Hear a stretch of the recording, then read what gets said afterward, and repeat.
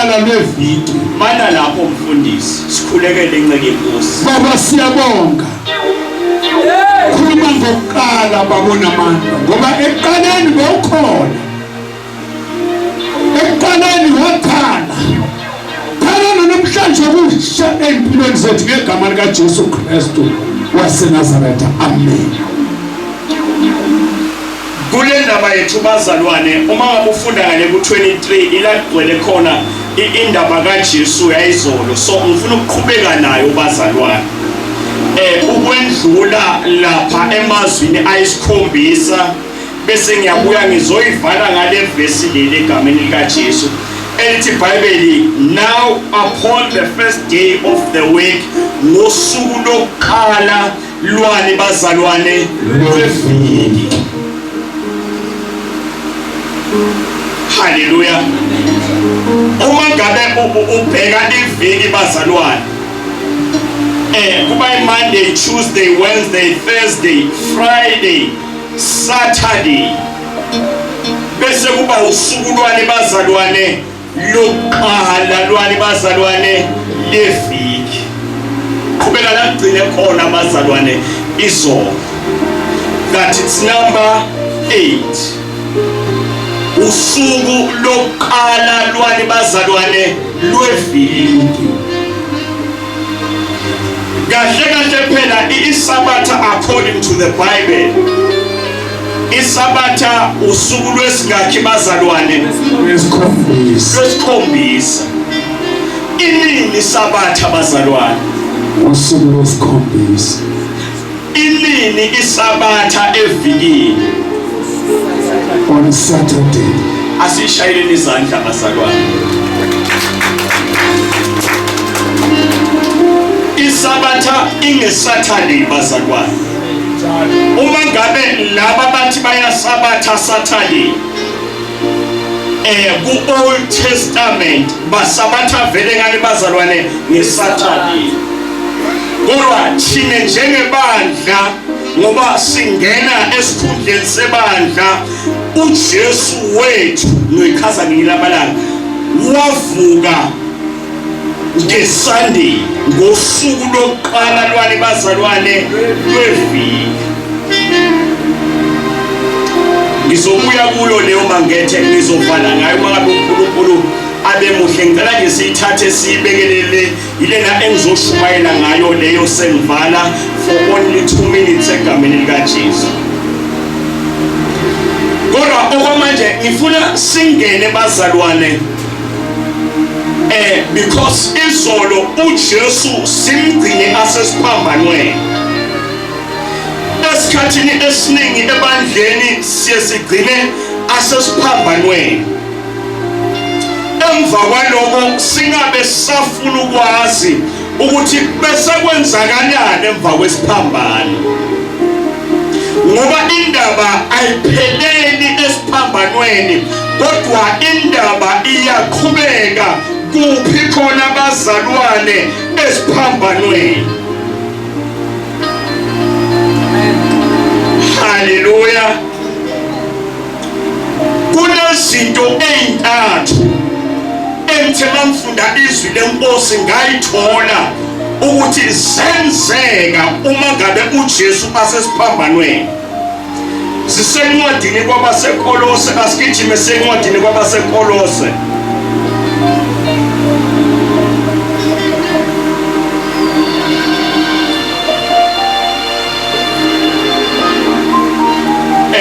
Chapter 2, ngicela ungifundele verse 13. When you were dead in your sins and in an uncircumcision of your sinful nature, God made you alive with Christ. He forgave us all our sins. Okay, siqhubeka. Nani ke ebenifile ngeziphambeko nangasuki kwenyama yenu, wanenza nibe ngabaphilayo kanye naye, esithethelela zonke izono zethu. Hallelujah. kunalamagama uma ungawa-underline athi esithethelela zonke izono zethu. Lo msebenzi wokuthethelelwa izono wenzeka kuphi khona bazalwane esiphambanweni?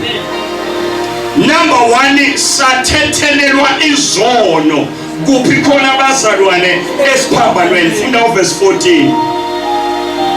Esehlangulile incwadi yecala lethu emelana nathi ngemiyalo yayo, wesusa ngokuyibethela esiphambanweni ebaphucile. Okay, mana lapho mfundisi.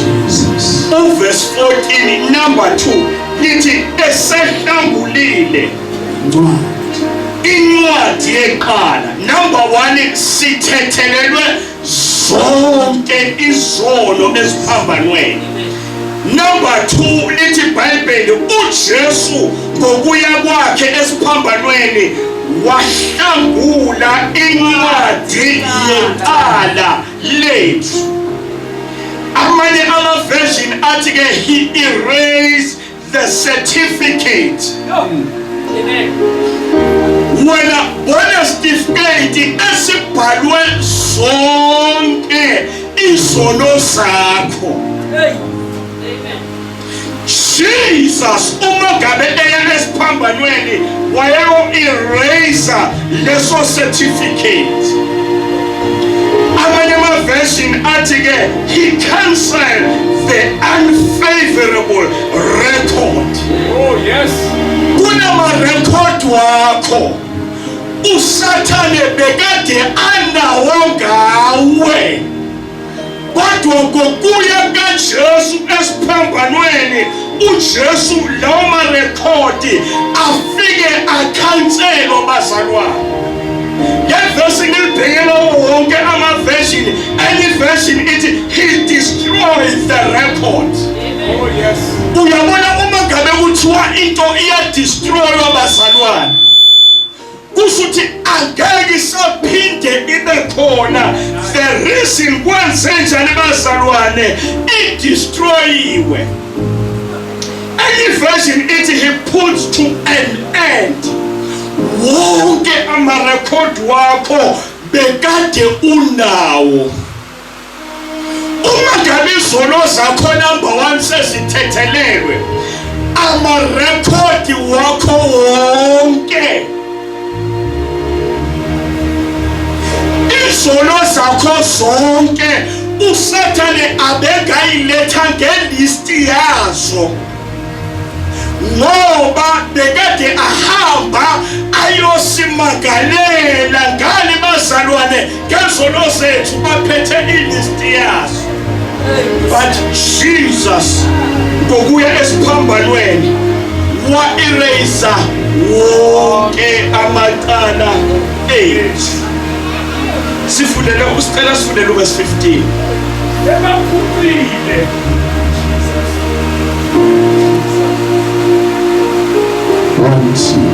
Ebaphucile ababusi nabanamandla izikhali, wabathela ngehlazo obala ebanqoba ngazo. Hallelujah.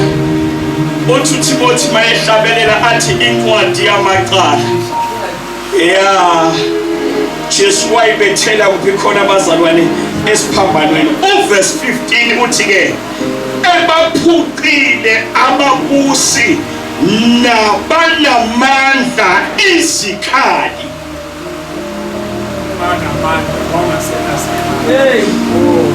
Elesingisilethi he disarmed the principality power. Bebanamandla okwenza noma yini. Elinye lithi he stripped the power of the ruler's authority. uJesu uma ngabe efa esiphambanweni wayekade ephuca ama-principality, ababusa uSathane uqobo lwakhe, zonke izikhali ayekade enazo. Oh Jesus. Oh yes. Bazalwane, silwa nendoda angenazo ikhali. Kuba ngathi sikhonkothoa yinja engenamazinyo. Kodwa indlela asebenza ngayo uSathane usebenza ngamaqhinga. Ngoba ikhali zinjani bazalwane akasenazo. Usaba umuntu ongaphathanga ikhali. Hallelujah. Kusho iBhayibheli lithi akasena ikhali bazalwane.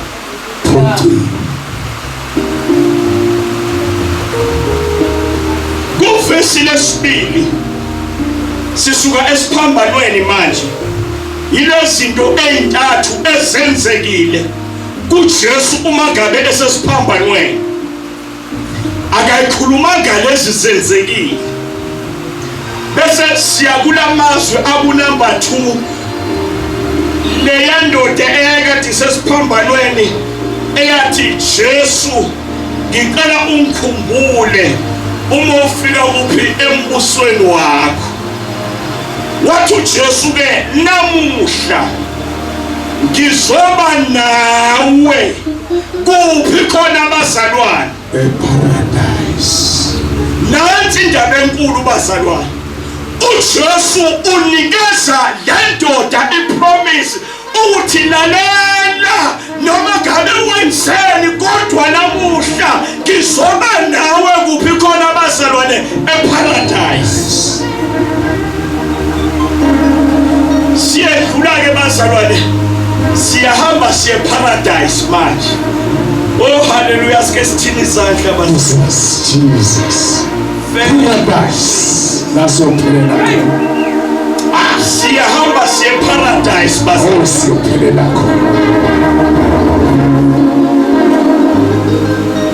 Ku-Old Testament kunalento bathi i-belly of the earth engaphansi komhlaba. Lapha ku-belly of the earth kunezinto ezikhona lapha.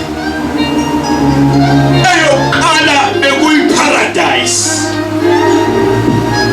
Incwadi kaLuka chapter 16 verse 19. Ekhumbula leyo ndoda eyayikade ihlupheka. YakuLazaro igama lakho uqinisile mfundisi. Hallelujah. Inele ukufa bazalwane yahamba yaye esifubeni sika Abraham. I-paradise ngaleso sikhathi bekade ibizwa ngesifuba sikabani bazalwane sika Abraham. Okay.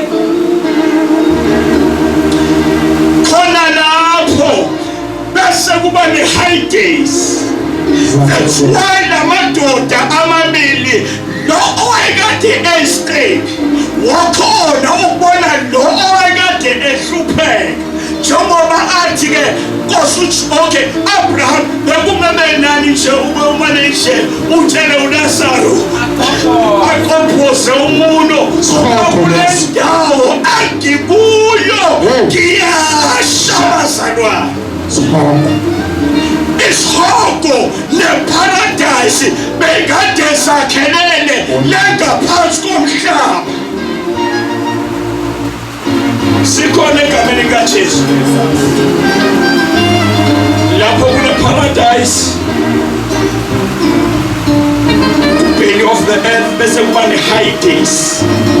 Sikhona ithandwa zezulu bese siyabuya khona lapho kuba nale ndawo ebathi bottomless pit. Elesizulu iBhayibheli lithi ukwalasha. Kwalasha kunezinto kuney'ngilosi ezivalelwe khona. Uyabona uSathane uma ngabe eqoshwa ezulwini zwane makethe kunengilosi eyaba yisethenjwa sakhe ogama lawo lingu-Abadona. Angiyeke nje kuyingichaza ngenye la. Hallelujah. leyo ngilosi bazalwane ivalelwe. The reason why kuyaziwa ukuthi uma ingaphuma lapha izinto zingamoshaka. Waza mfundisi. Kunengilosi bazalwane ayikhona eBhayibhelini esizovulelwa uma ngabe ibandla selingasekho. Kuchapter 13 bayibisa nesilo bazalwane. Kunesilo sokuqala, kube nesilo sesibili esesiya koma 666 egameni likaJesu. Sibolwane siye emhlabeni. Hallelujah. Ukani-ke bazalwane, wonke umuntu ofayo ushona le ngaphansi. Uyathanda akathandi ushona le ngaphansi. Yake yathi inceka kaNkulunkulu umfundisi uGumbe Shumayela yathi umuntu uma ngabe efa wathi automatically uma uphuma lo mphefumulo emzimbeni athi kuba nezinto ezidonsayo enezidonsa endaweni emnyama bazalwane. Uthi kunento ozoyibona endleleni uma ngabe wehla usona phakathi esogweni. Futhi uzobona ama-footprint kaJesu. Usaqaba ngama-footprint kaJesu bese ubona amathonsi wegazi likaJesu bazalwane. Awukafika esogweni usaya khona bazalwane.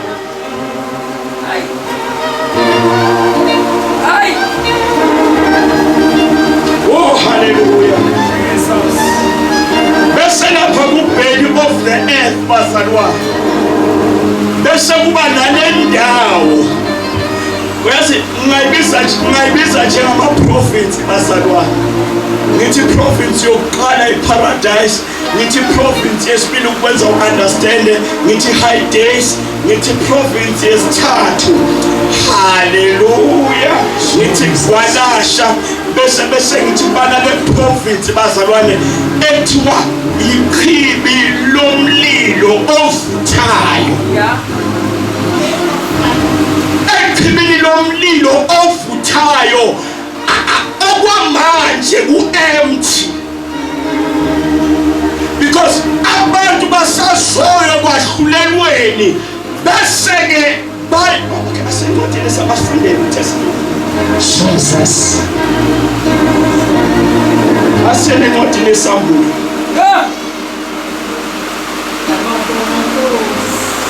Okay, awufundele uchapter 20 verse 14 and 15. Jesus. Verse 14 and 15. Sambulo chapter 20. 14. Start at 13. Okay, ngaqala 13 mfundisi. Nolwandle lwathupha abafileyo ababeku. Nolwandle lwakhipha uma kufika leso sikhathi ukuthi umuntu ufela olwandle wangatholwa kodwa ulwandle luzokhipha abafileyo. Nokufa neHades wakhipha abafileyo ababekukho. Kanti nokufa bazalwane. Hayi kuye bazalwane. Yeah. Ngithi mina nokufa lokokwesaba kangaka ngosuku lokwahlulelwa kuzokhipha abafileyo. Bese kuthi ne-high days abantu abahambe bangena Kristu lapho bathomentwa khona. Kuzokhipha kanjani bazalwane abafileyo? Kubeka mfundisi. Ukufa neHades kwaphonswa echibini ngomlilo.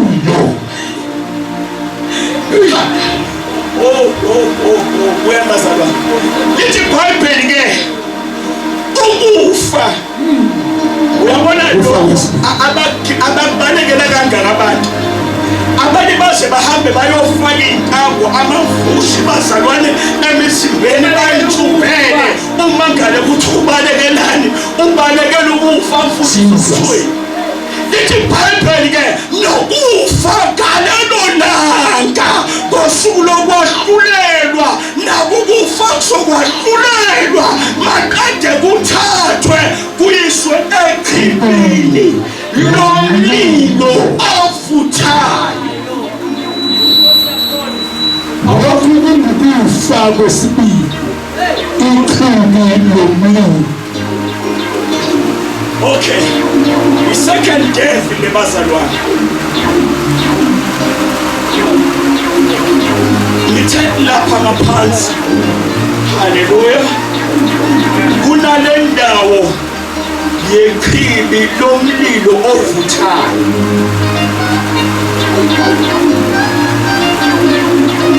Uyabona laba base-high days abashayo, ngisho laba abashayo base-high days njengamanje, Jesus. abezubuhlungu abafe bangakhona basazophuma baye kwahlulelweni bese bayofa ukufa okufuna phakade. And leyo ndawo ikhona iredi bazalwane, Empty. okwamanje empty. Haleluya.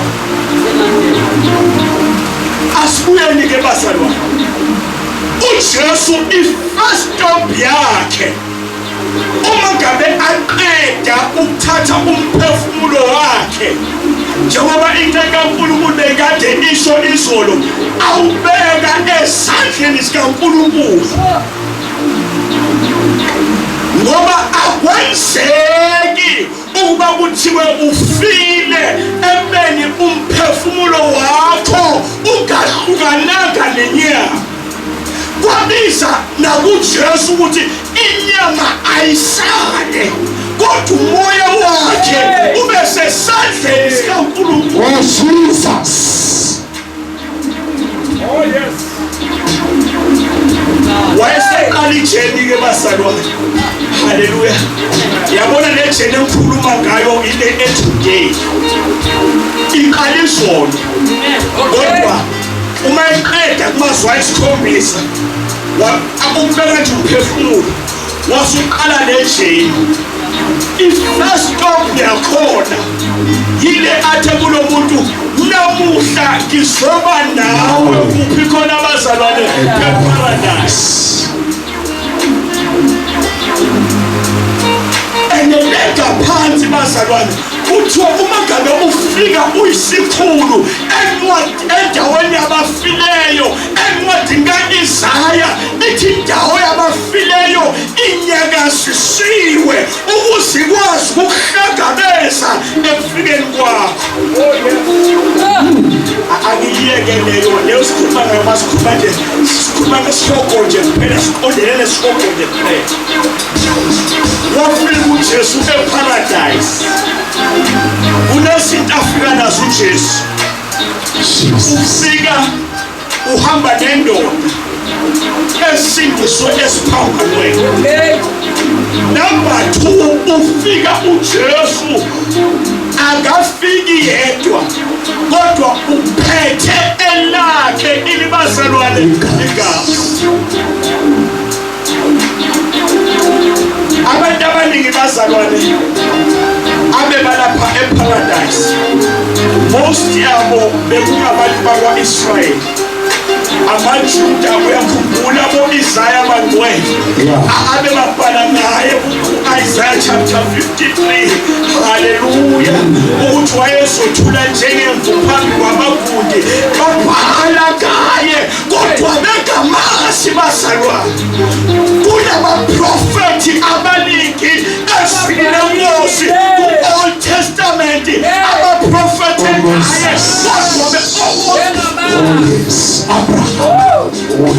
uJesu uma ngabe efika uzozi-introduce kubo ukuthi lo muntu bengikhuluma ngaye is me. Introduction.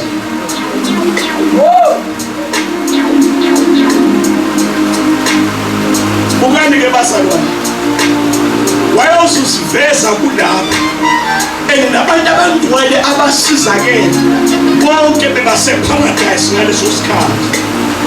Uma ngabe efika ke uJesu kuleyo ndawo, uma ngabe endlula eparadise, lithi iBhayibheli ke waqala uJesu washumayela impumelelo yakhe iqala khona lapha eparadise, isencwadini kwabaseKolosi.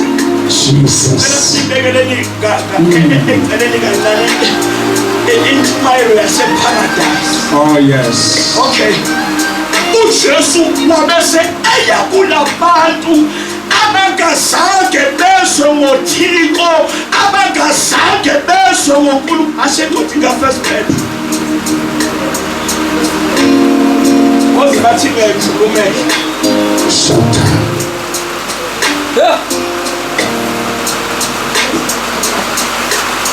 First Peter chapter 3. Ngicela ungisilele khona uverse 19.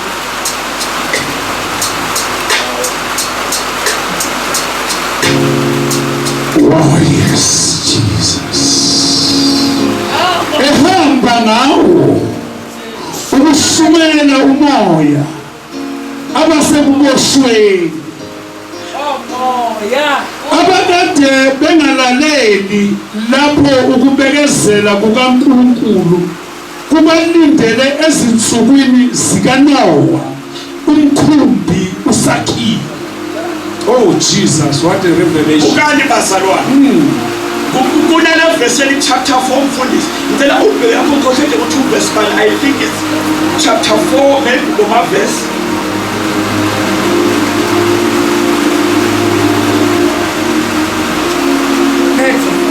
Yeah, khona kuphela athini. Uyakho mfundisi. Hayi lezo yini Yeah, alubhekele lona lila chapter 4 lapha ngasedile nalithini lithi ngokuba uJesu washumayela nasendaweni, washumayela nababafileyo. Chapter 4 le. Oh yes. Angikubhalanga nawo uma ngabe ubhala mina. Verse 6. Ngokuba ngalokho ivangeli lashunyayelwa nakwabafileyo. Mana lapho mfundisi. uJesu uma ngabe ehla bazalwane wayengehli kuphela, wafika esogweni washumayela abangcwele, washumayela ivangeli kubantu abafileyo. Shumela Uze uyela kule verse le olufundile ke mfundisi. Chapter 3 verse 19. Jesus. Ehamba nawo ukushumayela umoya abasekuboshweni omoya. Uma ngabe efika lapha ku belly of the earth kunemimoya beyiboshiwe, uJesu washumayela kuyo leyo mimoya mankethi ebiboshiwe ehambe emhlabeni ingazananga ingezwanga ngevangeli. That's why incwadi yezenzo ithi ngokuba uNkulunkulu izikhathi zokungazi wasithalalisa, ngoba wayekade azi ukuthi uJesu kubantu abafile uzokwehla ayoshumayela ivangeli. Awahleka kancane mfundisi uze abakade bengalaleli. Yes, lapho ukubekezela kukaNkulunkulu kubalindele ezinsukwini zikaNoah umkhumbi usakhiwa, abasindiswa ngawo abayingcosana okuwukuthi abayisishiyagalombili ngawo amanzi. bukane the way uNkulunkulu amuhle ngakhona bazalwane. Jesus. Ithi iBhayibheli ke nabantu ababhubha ngozamcolo. Amen. Ngisho incwadi nabo Genesis chapter 6 or chapter 7. Laba ababhubha ngozamcolo bazalwane, uJesu uma ngabe ehla labo bantu bathola angithi bathola kuno Abangalaleli abazange balalele basindiswa only 8. about 8 kuphela. Ishumayeli kaNkulunkulu lithi uNkulunkulu yakhani komkhulu wafika ngesikhathi la imvula ina khona bafa abantu bashona khona le eHades. Yezwana bazalwane. Amen. uJesu uma ngabe ehla ithi iBhayibheli wafike washumayela nakubo. Why Jesu ushumayela? Ushumayela ngoba manje uphethe igazi lakhe ukuze wonke umuntu ongazwanga nosovuma ivangeli maqeda sisakale. abe nophawu legazi. Uyazi kunomuntu othi mina ngifuna ukufana kwabakithi. Kunabanye abantu bakithi abathole esokweni. Amen.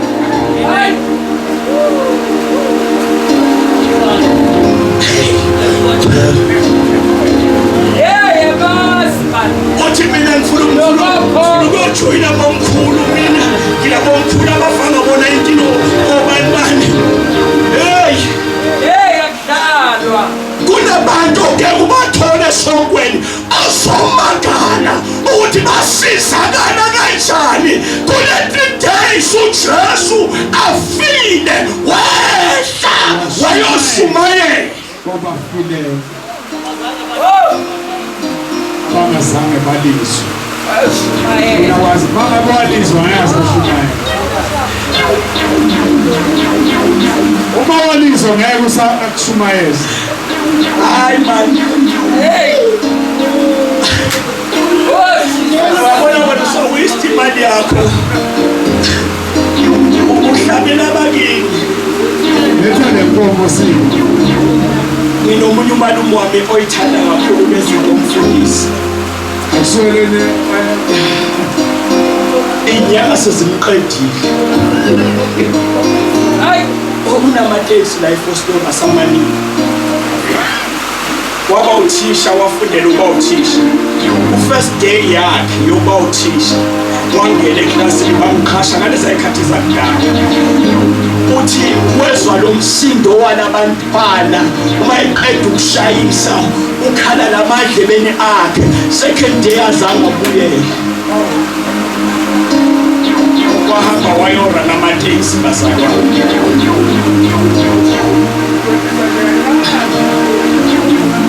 Uthi kimi mshana sengiyitholile inkinga. Mina umamami wakamkhwanasi ubaba wakankosi. Uma kunento enzakala kwaMkhwanasi makushoniwe ngiyaya bazalwane. Mshana manje sengitholile kunesihlobo esethu inyanga ithe kunesihlobo sethu sadala esafadala angazi umkhulu wabomkhulu so uye manje omosha izinto lapha kaMkhwanasi.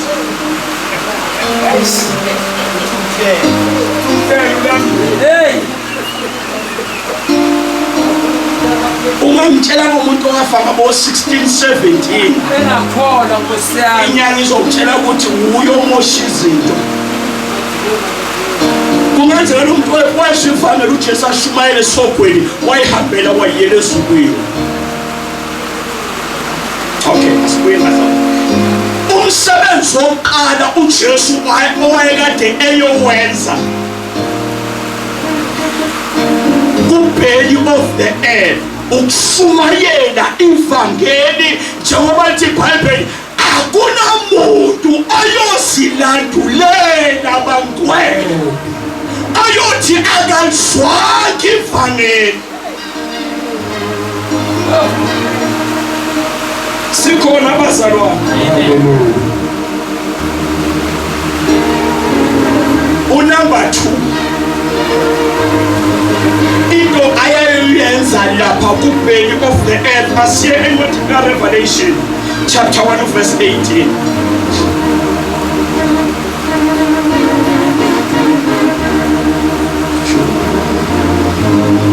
Nakuyo ingelosi yebandla laseThiatira loba ukuthi 1 verse 18. 1. Ophilayo ngafa kepha bheka sengiphila kuze kube phakade. Nginezihluthulelo zokufa neze-high days.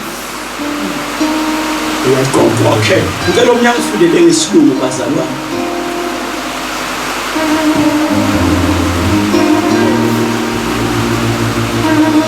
And the ever living one, Yes. I died, but see, I am alive Okay. forevermore, and I possess the keys of death and Hades. Awufunde lamagama wokugcina mfundisi lawo. I am a living one. Yes. I was dead, and now look, I am alive I am alive. forever Yes. and Forever. ever. Yes. And I hold the keys of death I hold the keys of death and Hades. and Hades. And lelana ngiliphethe lithi I have the key of hell and death. Yimina manje Jesu emphethe ikhiya sase Hades. Hey,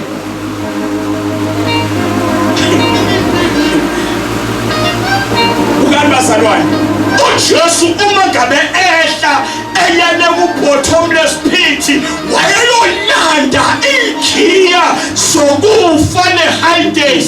That's why iBhayibheli encwadini yesambulo lithi kuzoba nesikhathi la uSathane azothathwa ayovalelwa ku-bottomless pit for 4,000 years.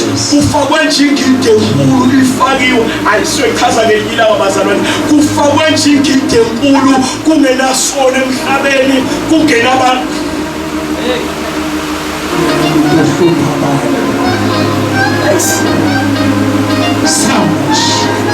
lekhiya ikhiya abazalwane ezokufa ne-Hades Chapter 16. sikuJesu. Hayi ebazalwane, wena ukhonza umuntu ongakwethusi ngokufa kodwa uphethe ikhiya. hey, So move. Wena usofa ngesikhathi esifaneleyo. Ngiyasolana bazalwane, uzophila iy'nsuku zakho zokuphila emhlabeni usimakade abekele zona ngoba lo omkhonzayo uphethe ikhiya. Yes. Jesus. Yeah. Uyazi uma ungena Jesu I almost do. bakulela njengegundwane nje balifakele i-retex bazalwane. Asifi kalula, asifi isikhathi singakafiki, asifi izulu lingakavumi ngoba lo esimkhonzayo uphethe ikhiya sokufa. Jesus. Yes.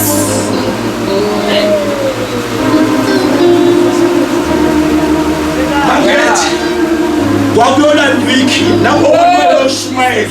Number 2 kwakuyolandwa ini bazalwane ikhiya. Jesus prayed Satan. Amen. Hand over. Thank you. Mawubona ngilase sengizola diki. Tell him us. Ngizola diki. Wayithola uJesu ikhiya. Number 3, uJesu into ayeyele kubheli of zonke lezinto zenzeke kule 3 days bazalwane. Ukumuva in paradise. Yes. I now pass. Awushayile mfundisi. I now pass my second. Angithi abantu bebefa bashone phansi. Laba noNkulunkulu bebefa baye paradise phansi. Kodwa manje kuthi bangcwele abangena uNkulunkulu uma bathathwa ngama-undertaker abasezulwini bathathwa ngama-apotheker. Oh yes. Hey. Yes. Mayeluka bazalwane wenyukane paradise. I-paradise ke ngiyacabanga ukuthi laba bo-Israyeli bonke yibo anyukana bese kuthi nalaba bashumayezi uyazi kunabondlela sizwe umuntu angafuni ukwamukela uJesu ngisha sesogweni angafuni ukuhlanzwa yigazi kaJesu ngisha sesogweni. Oh, glory to God. Ngathi ngiyababona abanye bebavalelwe lapha abazalwane eHighdays bebesha bathi siyabonga Nkosi sibonga ukuthi ufike negazi lakho aligcinanga emhlabeni kuphela kodwa uthi ungabe usa nasendaweni yabafileyo nathi yahlathi isono sethu. Siyabonga Nkosi, siyabonga ithuba lokugcina, siyabonga ithuba lesibili osenzele lona. Second chance. Second chance. Second chance. Second word. Second chance. Oh, come on, say this one. Lathatha iparadise layiswa ku-third heaven. Ngizoyichaza ngendlela amalanga ngoba uJesu uma ngabe ebuya zonke lezinto ezilapha ku-second heaven futhi umthweni lezo khuluma ngazo ukuthi savimba umphuleko kaDaniel sizokwehlela phansi bese kuthi umakoti wewudlu bese uyahlwithwa bazalwane. Umshado wewudlu uyobe wenzeka lapha ku-second heaven. Jesus.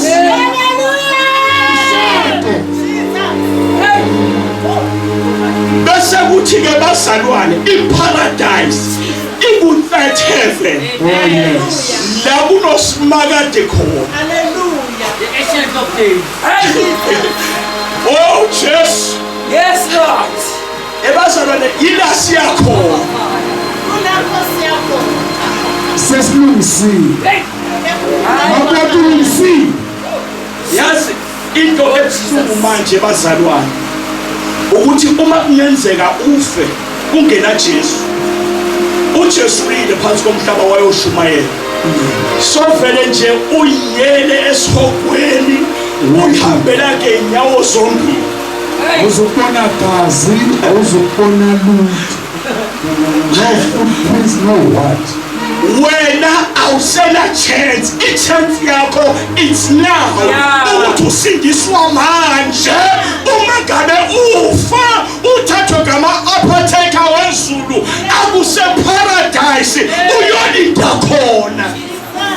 Uma ngabe kungenjalo, uma ngabe ufa njengoba vele uzokufa kwathi angithi vele njengoba uzokufa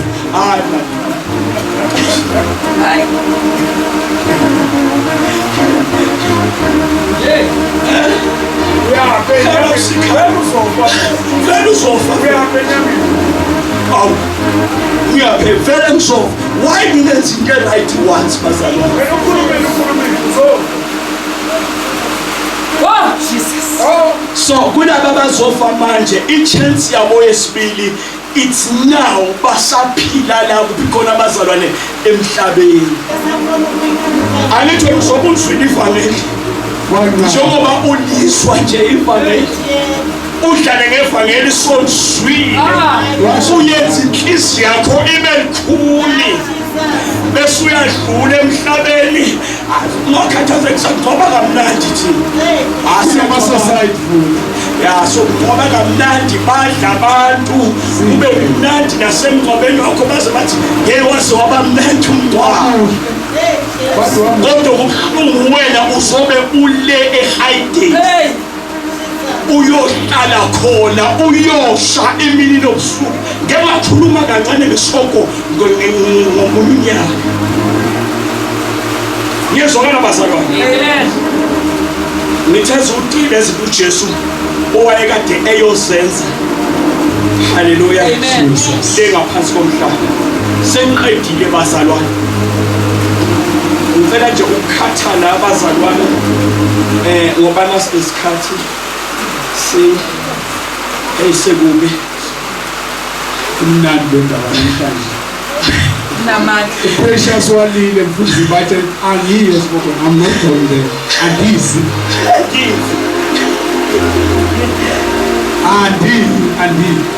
lithi iBhayibheli ke bazalwane sesiyathandaza. Mina ngicela wazi ukuthi uzoyidecide wena, it's a freedom of choice. Injalo. Uthi bheka ngibeka phambi kwakho ukufa nokuphila.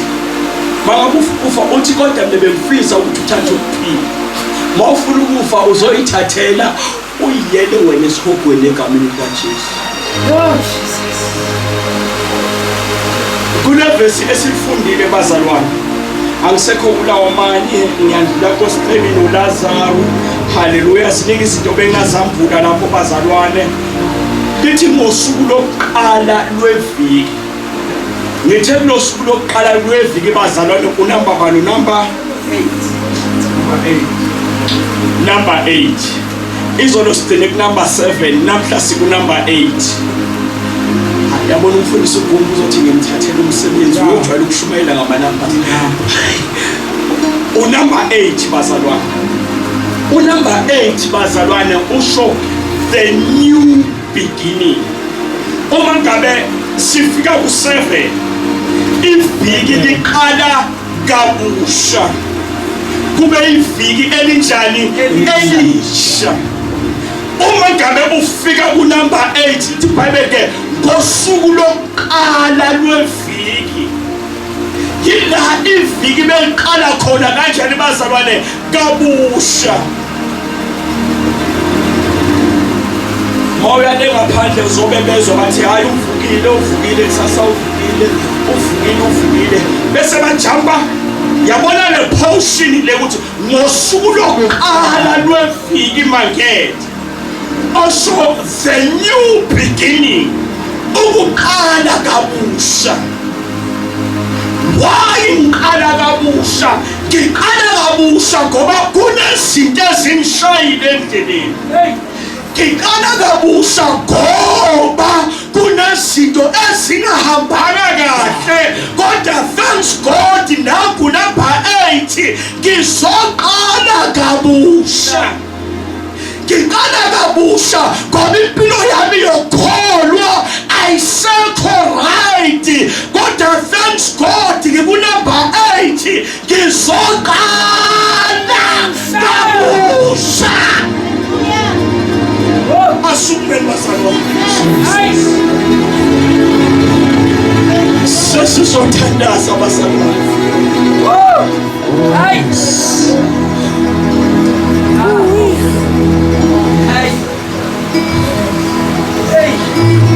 Uyabona la sifuna abazalwane abathi yabona ihistory ngishayile. History yami yabheda manje. Kodwa thanks ukuthola unumber 8 ngokuqala kabusha. Amafayili wami amapage wami uma ngawabheka nami ngizembana amahloni ngawo. Kodwa Nkosi ngiyabonga ukuthi unginikeza unumber 8 wokuqala kabusha. Funa ukuqala kabusha. Ngifuna ukuqala kabusha. Ngifuna ukuqala kabusha. Ngifuna ukuvula ipage elisha. Ngikhathele izinto zadala. Isaya uthi ningakhumbuli izinto zasemandulo, uthi ningazidli nangazo, uthi mina Jehova ngiyakwenza okusha. Uthi bheka ngiyavula imifula kwahlongasini. Uthi ngiyakuveza amanzi edwaleni. The reason why bangcwele ngifuna ukuqala kabusha.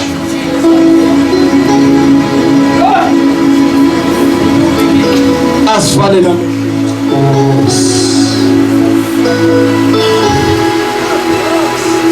Iyathokozisa impilo yakho yokukhona.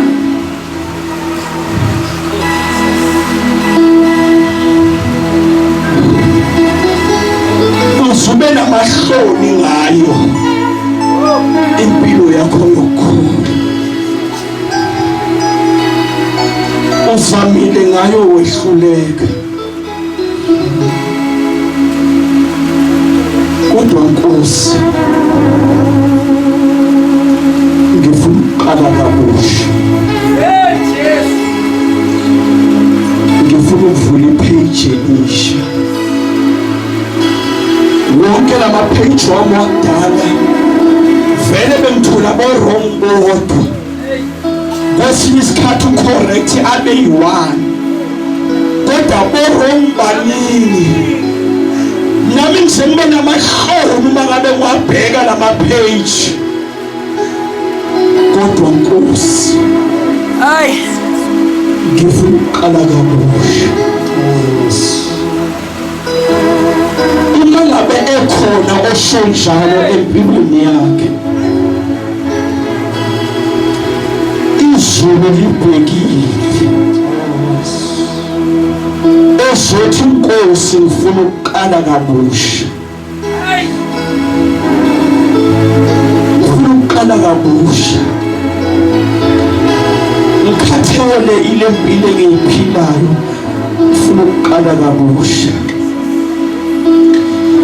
ngikhathele le ndlela engikhonza ngayo, ngifuna ukuqala kabusha.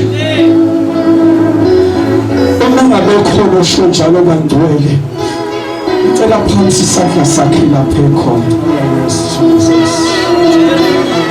Nkosi ngifuna ukuqala kabusha. Sibone izandla eziphakamayo bazalwane. Nkosi ngifuna ukuqala kabusha. Ungasali ngephutha nawe, ungaqhubeki ngale ndlela enzima olibonayo ukuthi inzima, kanti ithuba lokuqala kabusha likhona. Nkosi ngifuna ukuqala kabusha. Sibone izandla eziphakamayo bazalwane. Nkosi ngifuna ukuqala kabusha.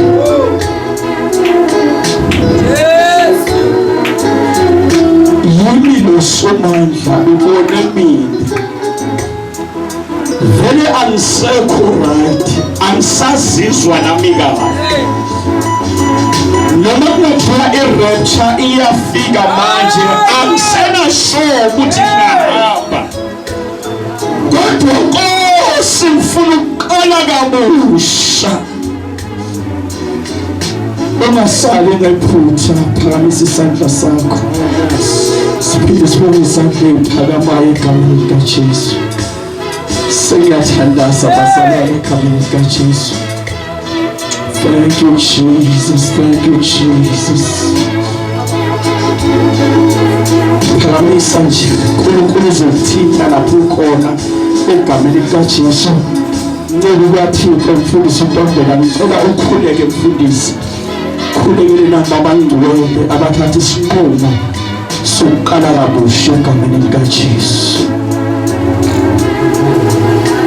Baba, egameni likaJesu siyabonga uNkulunkulu wethu ukuthi ukhuluma ukuphila, abantu bakuzwa bakwamukela ukuphila. Ingakho semandla siza kuwe namanje emini yantambama. Nabo abantwana bakho bathi loba amagama abo kabusha, nempilo yabo iqale kabusha. Njengalokhu uSomandla ukhulumile ngazwi lakho ukuthi Baba belitshotshiwe, kepha namhlanje there is a restoration. Thank you Jesus. Egameni likaKristu Jesu. Baba bafikele endleleni yakho, fikele nembewu ewile, babona amandla ethu, babathi afuthileyo. Siyabonga uNkulunkulu wethu ukuthi uzoba develop, ukuthi we are going to water it, ukuthi uSomandla